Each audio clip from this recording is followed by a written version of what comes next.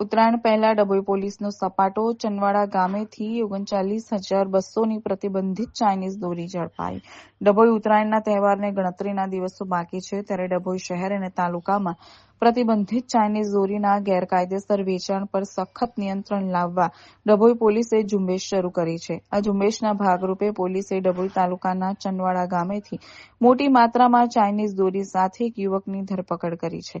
ચોક્કસ બાતમીના આધારે કાર્યવાહી. ડભોઈ પોલીસ સ્ટેશનના સ્ટાફને ચોક્કસ બાતમી મળી હતી કે ડભોઈ તાલુકાના ચંદવાડા ગામના બસ સ્ટેન્ડ ફળિયામાં એક યુવક ગેરકાયદેસર રીતે ચાઇનીઝ દોરીનો જથ્થો સંગ્રહ કરીને વેચાણ કરી રહ્યો છે.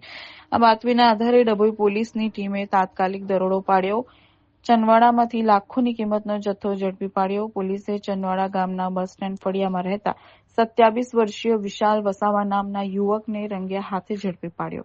પોલીસે સ્થળ પરથી તપાસ કરતા તેની પાસેથી ₹39,200ની કિંમતની પ્રતિબંધિત ચાઇનીઝ દોરીનો મોટો જથ્થો મળી આવ્યો, જે પોલીસે તાત્કાલિક જપ્ત કર્યો. પ્રાપ્ત માહિતી અનુસાર ચાઇનીઝ દોરી જીવલેણ અને પર્યાવરણ માટે નુકસાનકારક હોવાથી તેના વેચાણ, સંગ્રહ અને ઉપયોગ પર ગુજરાત રાજ્યમાં સંપૂર્ણ પ્રતિબંધ છે.